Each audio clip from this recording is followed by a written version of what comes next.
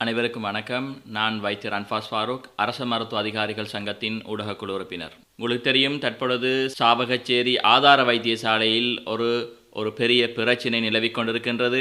அதாவது சாவகச்சேரி ஆதார வைத்தியசாலையில் பதில் வைத்திய அத்தியட்சகராக கடமை புரிகின்ற வைத்தியர் அர்ச்சுனா அவர்களுடைய தான்றோன்றித்தனமான சில நடவடிக்கைகள், சட்டத்துக்கு புறம்பான நடவடிக்கைகள், ஒரு முறையற்ற நடவடிக்கைகள் காரணமாக சாவகச்சேரி ஆதார வைத்தியசாலையின் அனைத்து வித செயற்பாடுகளும் ஸ்தம்பிதமடைந்து அதனை நம்பியிருக்கின்ற நோயாளர்கள் இதன் காரணமாக பெரிதும் பாதிப்பு உள்ளாகி இருப்பதை நாங்கள் அவதானித்துக் கொண்டிருக்கின்றோம். வைத்தியசாலையின் நடவடிக்கைகள் முற்றுமுழுதாக செயலிழந்த நிலையில் காணப்படுகின்றதை மிகவும் வருத்தத்துக்குரிய ஒரு விடயம். திட்டங்களுக்கு உடன்பட்டுத்தான் அவர் செயற்பட வேண்டும். குறிப்பாக தாபன விதிக்கோவைக்கு அமைய செயற்பட வேண்டும். எனவே நாங்கள் கருத்துக்களை வெளியிடுகின்ற சந்தர்ப்பங்களில், ஊடகங்களை பாவிக்கின்ற சந்தர்ப்பங்களில், குறிப்பாக சமூக வலைத்தளங்களை பாவிக்கின்ற சந்தர்ப்பங்களில் எவ்வாறு நடந்து கொள்ள வேண்டும் என்பது தொடர்பாக தெளிவான சட்டதிட்டங்கள் வரையறுக்கப்பட்டிருக்கின்றன.